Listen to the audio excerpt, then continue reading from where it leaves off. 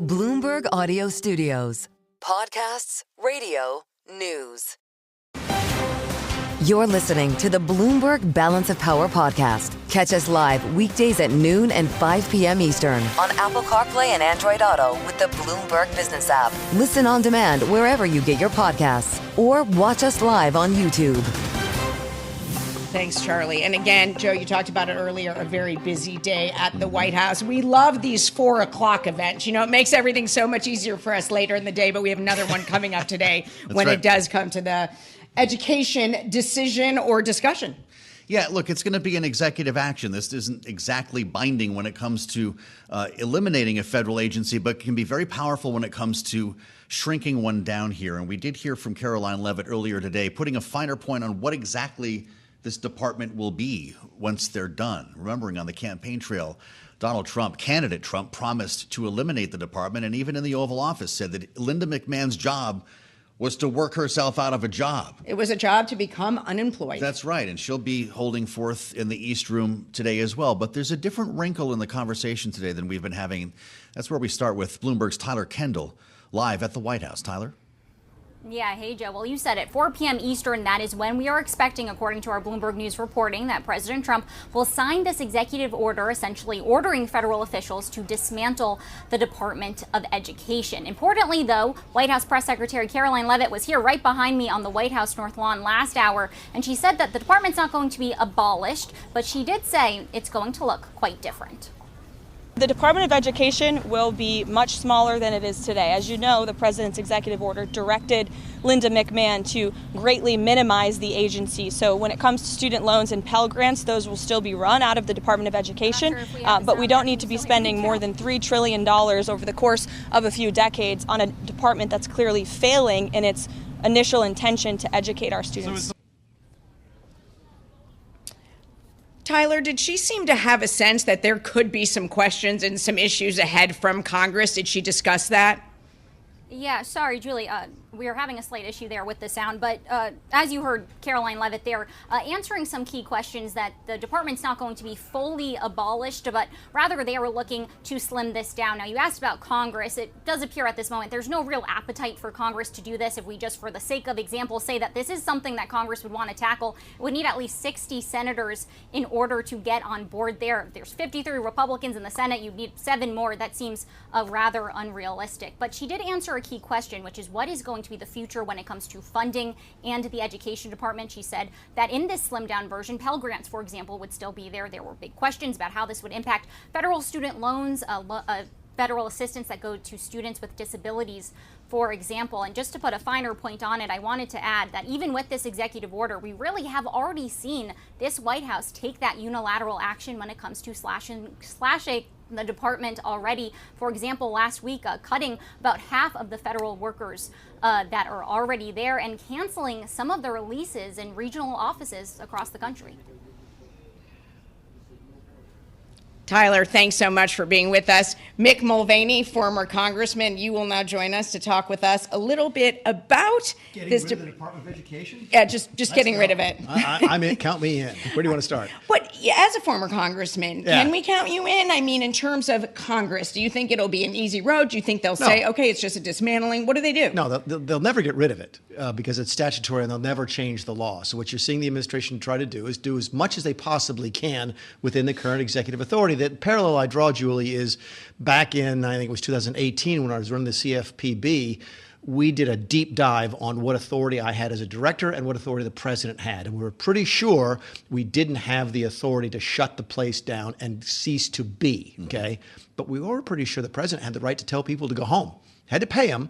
Okay, and the thing had to continue to exist, but we could not sort of get rid of it entirely. And that's what you're seeing, I think, in the Department of Education, which is a dramatically stripped down version because they can't get rid of it entirely because it's in statute and the statute's not going to change. So Linda McMahon, I guess, will still have a job. By Technically, the time this is done, technically, maybe not coming to spend a lot of time at work. Thanks for coming back, Mick. It's good to see you. Of course, your history as Kailey looks acting different. chief of staff, Kailey does look Kailey different looks today. different. I can play both roles the best I can. OMB, all of your whole resume kind of ties into your view on this when it comes to the idea of executive authority and what might be left. The fact is, though, the narrative changed a little bit. It went from shutting it down to Pell Grants and other student loans actually having a home at the Department of Education Yeah. instead of saying putting them under Treasury. This is a smart development in your view? Listen, I think they're trying to get their feet under them. I know what they'd like to do, which is just blow the place up and be done with it and not spend any money at all. They tried that with USAID. Exactly, but I think they're just trying to figure out, okay, we can do something, we can't do everything we want to. What's that happy medium? And I listen, I think on the hierarchy of things that conservatives object to about the Department of Education, the fact they're a pass-through for funding to the states is probably really, really low. Every one of these members of the House and the Senate obviously are from a state, and the state probably its first or second largest line item in its budget after Medicaid is going to be K-12 education or higher education. So they want the money, right? They just don't want the federal interference. So I think they're trying to figure out a way to accomplish that within the confines of the current law. What's the time frame on this? Like, does it need to be done quickly with the new president coming in such a short period of time saying, we need to do this, I want to do this? I mean, you've seen it. You've seen how quickly everything is happening. Yeah, well, it doesn't need to be done at all. I think what you're trying to see is this, I think, is the private sector CEO influence in the White House right now, which I include Donald Trump in that. But you also got Witkoff and Bessent and Elon Musk, which is if you're going to do the unpopular stuff, if you're going to do the hard stuff, if you come into you're a new CEO in an operation, you got to do a turnaround, do the hard stuff first. Okay, and I think that's what you're seeing. We had a pretty robust debate before you joined the program. Oh, I heard Nazi Germany come up when I was in the men's room. Well, I did too. So let's talk about higher education. And I wonder your thoughts about what's happening at Columbia University, $400 million on the line. Yeah. UPenn sees $75 million go poof over transgender athlete policies. Sure. The same question I asked then is, what's the end game here? What is the vision that the White House thinks it's about to realize? If I had to guess, and it'd be an educated guess, it's just to get the federal government out of subsidizing these institutions. The caller, and I don't know who it was, literally, I was in the men's room listening to this because you guys have a radio system that works like that, right? Well, that's true. I'm sure you you're can't not hide supposed, from you cannot hide from Bloomberg in this building. That's right. It was our political panel. Aisha Mills was weighing in along with Rick She's like, Davis they're trying to shut down the people that they disagree with them philosophically. Like, no, we're not. We're just trying to stop subsidizing it. These folks, these institutions, and I'm the alma mater. I mean, some of them are my alma maters. I mean, Harvard, North Carolina, Georgetown. Right. They're not entitled to taxpayer money.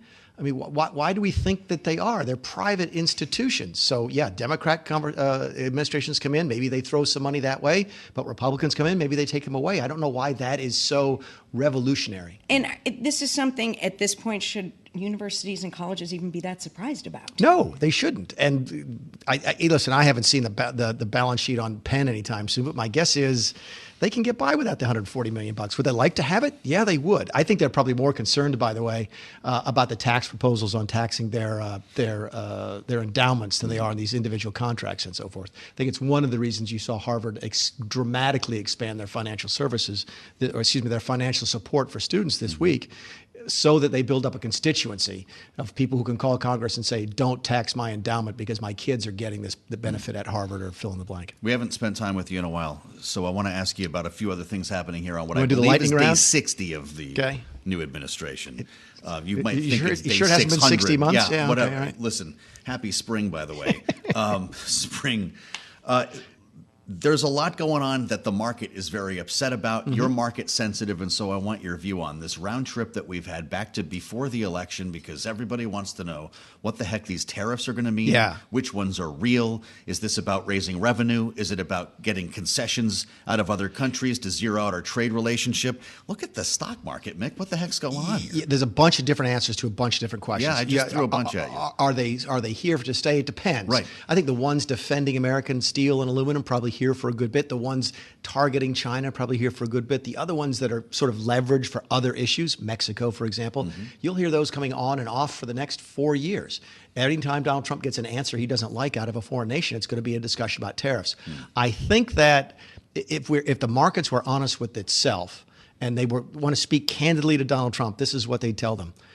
We get the China thing, okay? And even though we don't like the steel and aluminum thing, we get it. We understand that you ran on that. We get the Canada thing has got us freaked out because we don't know why you're doing it. Did he used to talk to you about Canada? Yeah, What's this hang-up with Canada? No, Mexico I get. You got a drug problem. You got an immigration problem.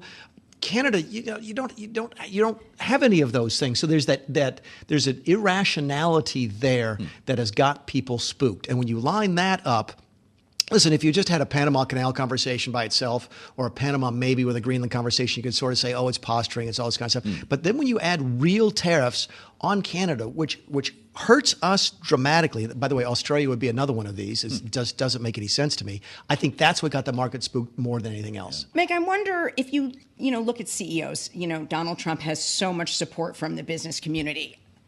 Until their bottom line is really affected, how long does he have to do this? And I constantly hear about the uncertainty and how it's affecting business. How long does he have to do this before some CEOs turn around and say, this is a real problem for my bottom line? I always cringed a little bit when market leaders, when CEOs, Fortune 100, 500 guys would come to the Oval Office and say, we need more certainty. And I'm like, really? That's what your business is all about? Certainty? I didn't realize that was what, made you go into business, that you wanted certainty. It's an uncertain world that we live in. But I think the answer to your question on how long they'll wait is the next earnings report. So, and when it starts to see him hit the bottom line, I think the airlines are already starting to feel it. We saw that in the last couple of days. Yeah, we've heard from retailers as well. Retailers, at least in terms of the scare. Let's see what the results now, really the bear good out. news is that the lines of communication are really good. And I think that, look, everybody wants to keep the president happy. That is a statement that applies across the board, across the centuries, and across parties, right? Business leaders want to be on good terms with the President of the United States. You don't ever want to be in the crosshairs. Yeah.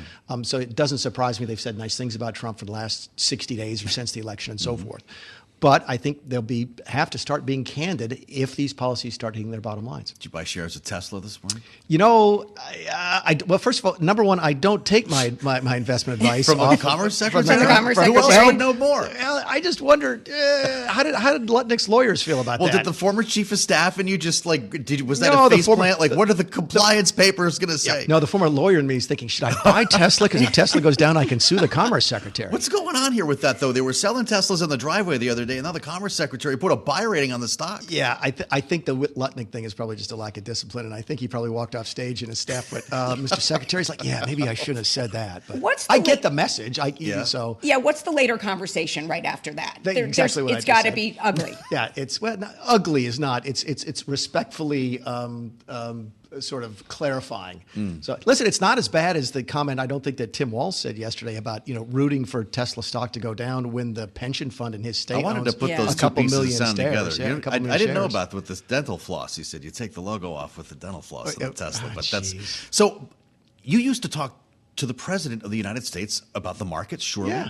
Is it true that he's a different man now, that he's not actually kind of doesn't care like he says? Is he watching secretly, wondering when Wall Street's going to get in line? Or does he see across the valley and say, you know what, no pain, no gain, in a year, this thing's going to be at a new high? So let me give you something that's out of fashion in Washington, D.C., which is a nuanced answer You're going to say, question. I don't know. No. Okay. I'm going to say that it's a combination of things, which is that he is a second-term president, and second-term presidents are always different than first terms because you're not worrying about running re-election, despite what Steve Bannon said on News Nation the other night, which makes no sense at all.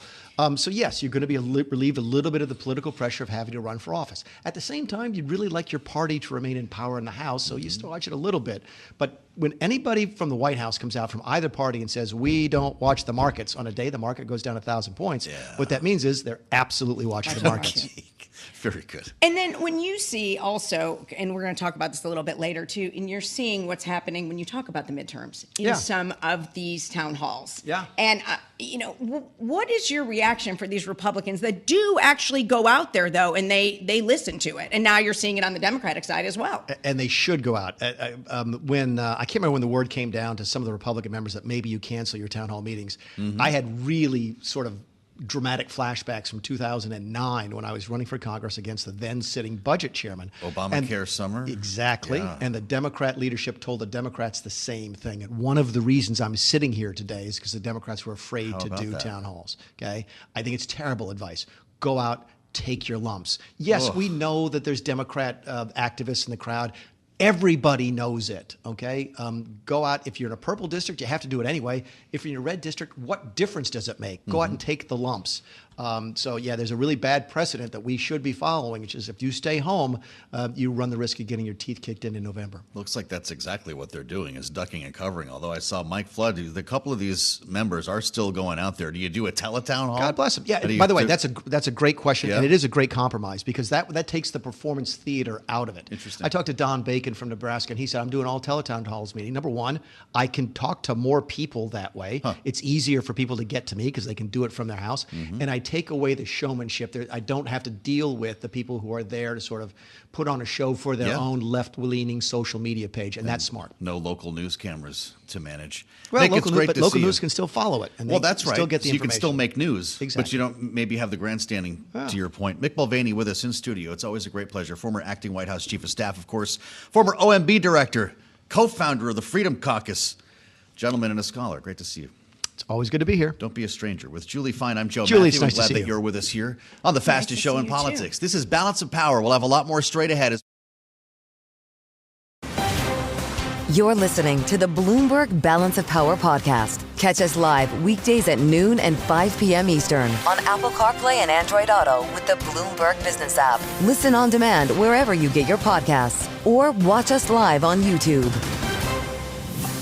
Thank you for being with us on the Thursday edition of Balance of Power on Bloomberg TV and radio. I'm Joe Mathieu in Washington, alongside Julie Fine today as we keep our eyes on Ukraine. Remembering this was the top story at this time yesterday, President Trump's phone call with President Zelensky. We've been trying to get our heads around what we heard here, including whether Donald Trump actually spoke at length with President Zelensky, knowing that the Secretary of State and President's national security advisor apparently handled a good chunk of that call. The headline on the terminal today, and it's one that we thought about yesterday as he referred to nuclear power plants coming under U.S. ownership. Russia and Ukraine keep up drone attacks. Trump-Zelensky moving beyond minerals deal. And then the idea of Zaporizhia being run by the Americans. Is that where we're going here?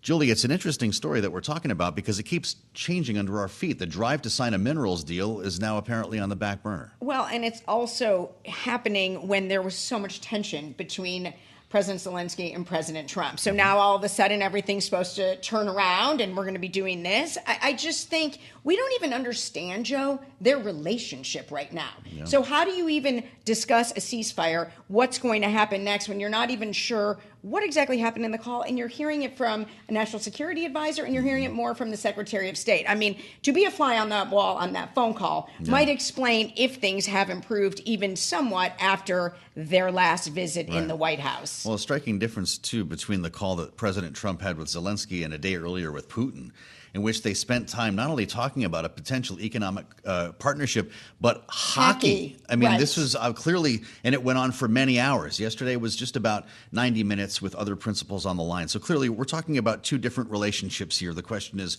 what will it lead to? Parties get together March 24th for the next set of meetings. It is interesting, though, that you bring up hockey, because it obviously shows that they have things to talk about much more so than just the current events of the world. So obviously they get along much better and they have a lot more in common. So it's interesting that it veered in that direction. Obviously not a major part of the call, but did make the headline. You said it. Yeah. I did say it. So joining us now is Melissa Herring. Thank you so much for being with us. We really appreciate your time. Senior Fellow at the Atlantic Council's Eurasia Center, Senior Advisor at Rosalind for Ukraine. We really appreciate you being here. I kind of want to start with that with you. I want to talk to you about what you think the relationship is between President Zelensky and President Trump now, and what Joe called the contrast with Putin. Julie, it's great to be here. So the relationship is changing. It doesn't take much to remember that horrible meeting on the 28th of February between Zelensky, the shout-off, right, between Zelensky and Trump. It couldn't have gone worse. And Zelensky did make some mistakes. He should have used an interpreter. He's not a very fluent English speaker. But I think you're right. I think you put your finger on something. They don't have a natural fluency. There's not a warmth between the two guys. And I think Ukraine is aware of that. So what we saw, we didn't see very much coming out of the meeting. We're sort of putting the pieces together. But the Zaporizhia piece, the nuclear power plant piece, is a surprise. This is the first that I've heard of it. I've been to Zaporizhia. I can't think of any historical a precedent where the U.S. might run a foreign power plant in a country where the territory is disputed. It's just weird, to be honest. Well, we've talked a lot about that plant when it was being used essentially as a bargaining chip here, and in fact was being fired upon and shelled at one point by Russia, pulled power from people. You know, this is obviously more than just a power plant. It could be the center of the conflict to a certain degree. Is that the president's idea of a security guarantee, that we're not going to have troops on the ground, but hey, if we own the power plant, nobody is going to come around there?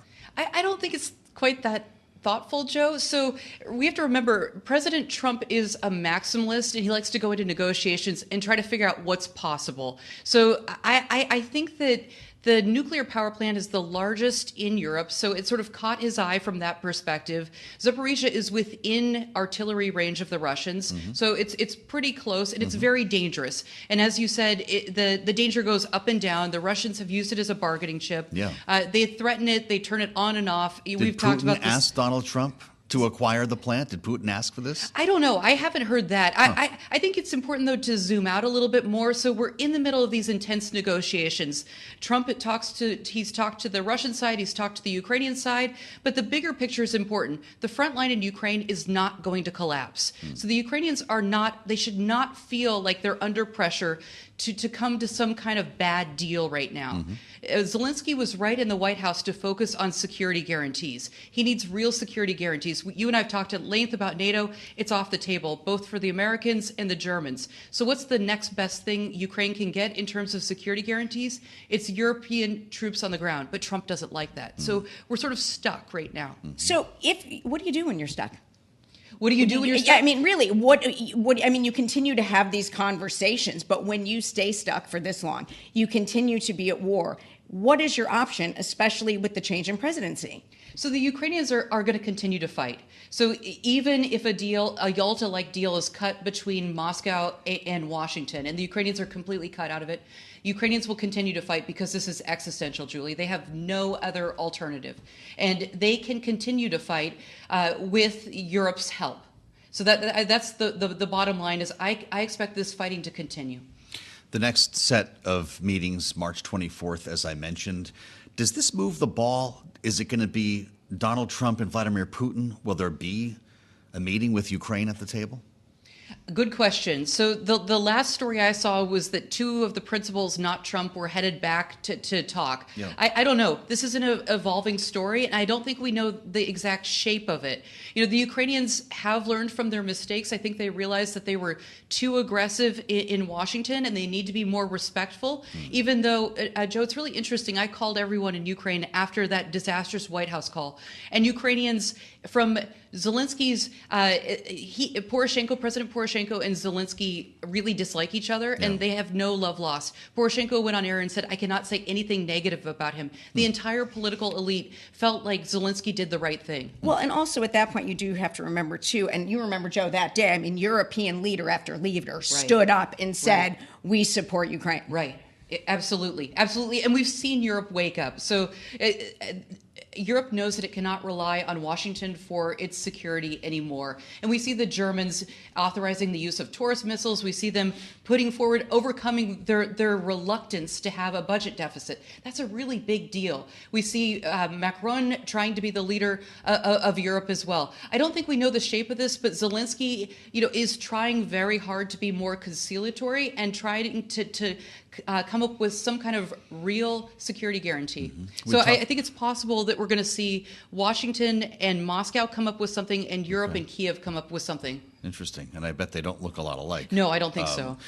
We hit power plants, but on Air Force One last weekend, Donald Trump said we're talking about dividing up land and power plants. These were the two things, I guess, that were to be discussed on the call. When we talk about dividing up land, it doesn't sound like much is going to be divided. It sounds like Russia might well take all the land that it has occupied. Is that not true? So let's talk about two different pieces, Joe. Okay. So we have Crimea, which Sure. is the peninsula, the boot that Russia illegally annexed back in 2014. You remember they held a sham referendum and said, it's Russia, it's ours now. So the international community has said no, and the status of it is disputed. But there's been a huge population transfer, and Ukrainians and Crimean Tatars have moved to Ukraine itself, and there was a huge shipment of Russian, mostly security officers, who came in and have displaced them on the peninsula.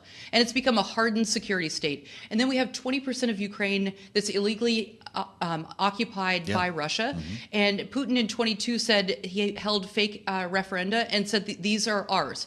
So those are the bargaining chips. And Zelensky has said, I'm not giving up any territory. So that's the piece that we're at now. Putin does not control all four of those oblasts. There's still pieces of them that he hasn't taken. And like I said, the front line is pretty stable, and it's not going to collapse anytime soon. So I think Trump is sort of he's pushing the Ukrainians, right? He pulled intel support out. He's threatening them and trying to force them to a deal. But frankly, they shouldn't agree to a deal yet. Let's say that Ukraine loses Crimea and the Donbass. Does it keep the land in the Kursk region that it's occupied? No, they don't have much land left in Kursk, right? They only have a tiny piece. And So it sounds like Ukraine gains nothing in this deal. Ukraine does. I can't understand what they get out of this deal. They haven't been promised anything. So, So it's a negotiation. It's a negotiation, right? I mean, you think that they're just waiting to see if they can get something else or something better for them and hold on the front line. I think that's the Ukrainian position, is we will continue to fight. We have the will. They don't have enough manpower. They do have a manpower shortage, but I just got back from the front line about a month ago, and they have enough attack drones, and they have enough 155 millimeter ammunition. So it's not, this is massively different than it was a year ago. And this is thanks to U.S. support. So the situation has changed. And one other sort of factoid that was interesting is the Ukrainians are getting really good with their drones. 50% of the kills are from Ukrainian drones now. How about that? Was it smart in the end to provide F-16s, M1 Abrams tanks, some of the other weapons platforms that were, doubted as being a help to the Ukrainians, instead of what you just talked about, shells, missile interceptors, long-range missiles? So they should have provided, the Biden administration should have provided all this kit and much sooner. I went to Kharkiv, which is the second largest city up in the north. And Joe, every taxi cab driver, every volunteer, every army man and woman I talked to said, thank you, thank you, thank you. Please tell Joe Biden thank you. His decision to allow Kiev to use U.S. rockets to shoot into Russia was a game changer. We went from living in the shelters underground for hundreds of days, and our lives are relatively normal. The security situation in Kharkiv has completely changed because of Joe Biden's decision. You couldn't reach Joe Biden, I'm guessing. No, I hope he's listening today. But I don't know if that's the case. He's got a lot to do. But I want to kind of return to how you say the manpower in the front lines holds for now. Right. I mean, how long does it hold? How long can this go as they try to figure out and the sides come together or attempt to come together and find some sort of agreement and the land stays where it is? So, Julie, I have to use a lot of ifs, and I know that journalists don't like it when I put conditions in, but if U.S. continues to allow Ukraine to have intel support, which is a big if, Ukraine can last till at least this summer. I don't expect another package of assistance, though, from Congress. Well, thank you very much for being with us. We appreciate you going through this and spending all the time with us, Melinda. My pleasure. Thank you. Melinda Herring, Senior Fellow, Atlantic Council's Eurasia Center, Senior Advisor, Razum for Ukraine. You're listening to the Bloomberg Balance of Power podcast. Catch us live weekdays at noon and 5 p.m. Eastern on Apple CarPlay and Android Auto with the Bloomberg Business app. You can also listen live on Amazon Alexa from our flagship New York station. Just say, Alexa, play Bloomberg 1130. Watching shares of Nvidia, well, that's just any old day, but for a whole other reason today with news. Originally coming out of the FT, interesting interview with Jensen Huang. And boy, he's been doing a lot of talking this week. Of course, it's the big AI developers conference taking place in San Jose. He had the big keynote the other night, and it's resulted in a series of headlines that have followed here. Most recently, this. We call this reshoring. I don't know exactly where. I have to go back to my glossary on this, but Nvidia is now planning to spend hundreds of billions of dollars a rounding error for this company, to procure U.S.-made chips and electronics, to make the stuff here. Now, you start thinking about the political implications of this, what's driving Jensen Huang to do it. Remember, he had a meeting with President Trump not all that long ago at the White House, and of course, a drive here to secure investment, specifically in technology. When we think about AI, crypto, this is something that has the president's attention, and it always has Mike Shepard's attention. As soon as I saw this story today, I thought, wow, well, let's see what Nvidia is doing. By the way, it was lower pre-market, hasn't been a big mover. But the Washington side of this story is actually fascinating. That's why we turned to Bloomberg's senior editor for technology and strategic industries. Shep, as we call him in the newsroom, welcome back, sir. Great to be I can't here. get through a show without having to call you to come on. You have the most important beat in town at the moment. And, well, hundreds of billions of dollars is nothing to sneeze at when you think about the investment from Oracle, from OpenAI, now this. Is the White House actually driving this? It's unclear whether the White House is driving this, but it is certainly music to President Donald Trump's ears. He has been calling for the U.S. to maintain its dominance in AI and related technologies, and really pushing for companies to do their business and investment here. Now, interesting thing about this, remember, Nvidia does not actually make its own semiconductors. It designs them, and it has mainly TSMC make the AI semiconductors that we're seeing deployed by the companies that you just mentioned, OpenAI and others. Now, TSMC, about 2 weeks ago, announced, C.C. Wei with this big appearance at the White House alongside Trump, and said he was going to spend an additional $100 billion on factories here in the U.S. For both chip manufacturing and packaging, two key phases of the process. Now, TSMC, of course, is NVIDIA's primary customer. And so now, when it comes to chip making, they rely on TSMC. Right. TSMC builds these factories here. Whose chips are they going to make? So it is very logical that a lot of this production would be for NVIDIA.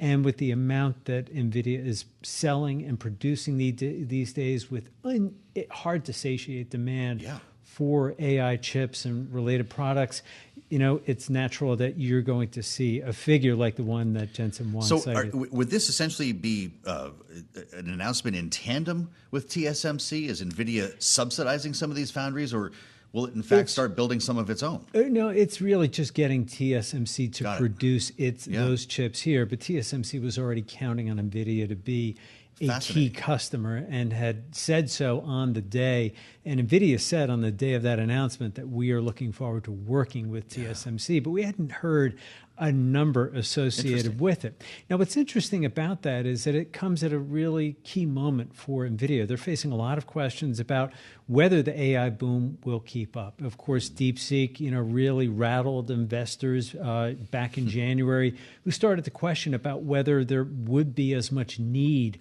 for all those AI chips. Could AI be done on the cheap with far fewer accelerators and processors than have been needed before by the big hyperscalers? But Jensen Huang said this week several times, and even told investors as they released earnings at the end of last month, that look, this is a great breakthrough, but once you start to scale it and put it to function and actual use, you are going to need all of those chips and more. The demand will keep going, and they will continue to see business. So does this from enhance NVIDIA's capacity, or will it actually be taking business that's going on in Taiwan and bringing it here to the U.S.? Will it be in addition to or replacement of? That's a good question. It's certainly one that authorities in Taiwan are wrestling with as they go through the approval. They must be pretty nervous about this. There is some discomfort about this. Seeing this big investment by a national champion here in the U.S. rather than back home did ruffle some feathers. But the way that some Taiwanese officials and certainly the ambassador to Taiwan, whom we spoke with yesterday for a print discussion, their view is that, look, this is accretive, not dilutive. This is something that will add to capabilities and resilience of supply chain. You talked directly to the ambassador. We talked directly to the ambassador, and we had a story out overnight on our discussion with him, and they really were trying to sell the upside of this. Look, it's a win-win for the self-governed island and for the U.S. in the trade relationship, and also for TSMC and Nvidia, because it adds some resilience to the supply chain, which is a question, especially since COVID, but also as China has made rumblings about perhaps taking the island back by force. Right. So it is all connected, and Nvidia also has to be thinking about that as a potential risk too. As we spend time with Michael Shepard here on this day that Nvidia announces plans to spend hundreds of billions of dollars in manufacturing here in the U.S., hand in hand with TSMC. What is it about Jensen Huang that makes him different than all these other executives? You think that if this were any other company, they'd be in the Roosevelt Room with the president today, standing behind a podium, uncomfortably. Maybe Jensen would have the leather jacket, maybe not, to announce this as almost a political event. The one time he came to visit, they met, and there was no public-facing element. They didn't meet with the press, right? There was no Oval event. Why does Jensen end up being the elusive one? That is a great question, Joe, and it's one I've been wrestling with too, and it's one that we've, our team here in D.C. has confronted, because is he just special? He's kept a low profile in Washington. He has tried to maintain a little bit of distance. Tyler Kendall, our colleague who you just spoke with, was one of the few who actually cornered him here in Washington to ask him about some of the export controls and other restrictions that the company could be having to grapple with more intensely already. But he does cultivate his own air. The black leather jackets, the presentation that he gave during the conference the other day was really a spectacle. It was a sight to behold, and he really went through the life story of artificial intelligence as we know it, where NVIDIA fits in, what its current status is, and where it intends to go. And his call for new markets and new areas and use case scenarios, robotics, manufacturing, pharmaceuticals.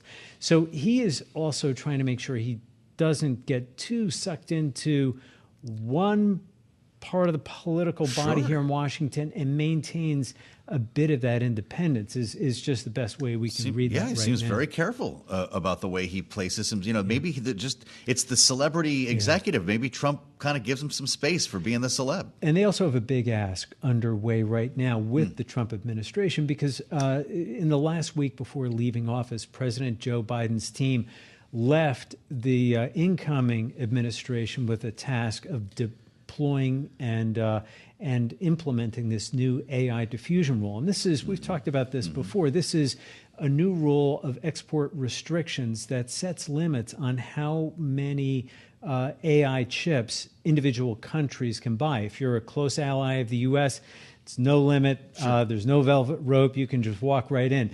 Most countries actually face some restrictions on the amount of computing power that they can buy, and that limits the amount of NVIDIA chips. They're really the only big player in this space when you get down to it. It limits how much they can sell to countries like the UAE, to Israel, and others, and those are big and perhaps growing markets for them. And especially as they face restrictions limiting how much they can sell to China, they really want to be able to expand into those other markets. So NVIDIA is really trying to get the Trump administration also to alter or somehow defang this rule in a way that would help them out. Fascinating. I wasn't planning to bring this to you today, but it just makes me think of some of the rhetoric we've heard from the White House also on defunding the CHIPS Act, turning that money around somewhere. That was something the president dropped. I think it was in the address to Congress, actually. Lawmakers have bristled at that idea. That is not likely to happen, right?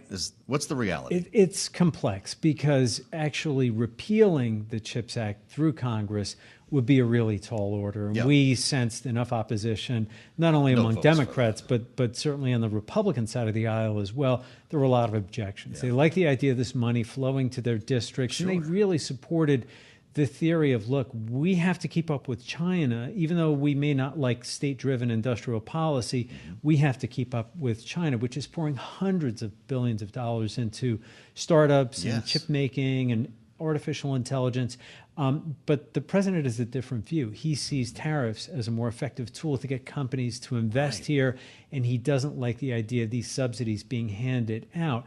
And it will be interesting to see how the Commerce Department actually functions in terms of deploying the money that has been agreed to already for these companies. The commitments are there, but the checks haven't all gone out. And they have to meet certain requirements.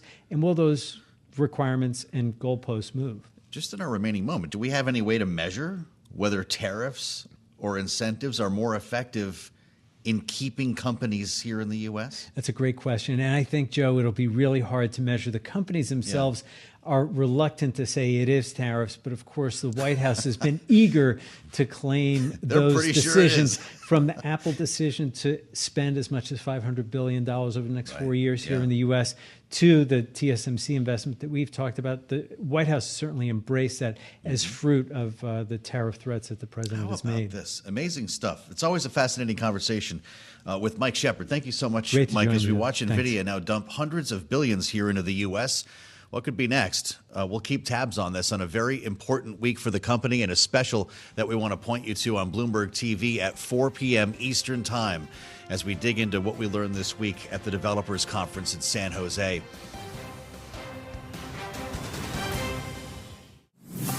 Thanks for listening to the Balance of Power podcast. Make sure to subscribe if you haven't already at Apple, Spotify, or wherever you get your podcasts. And you can find us live every weekday from Washington, D.C. at noontime Eastern at Bloomberg.com.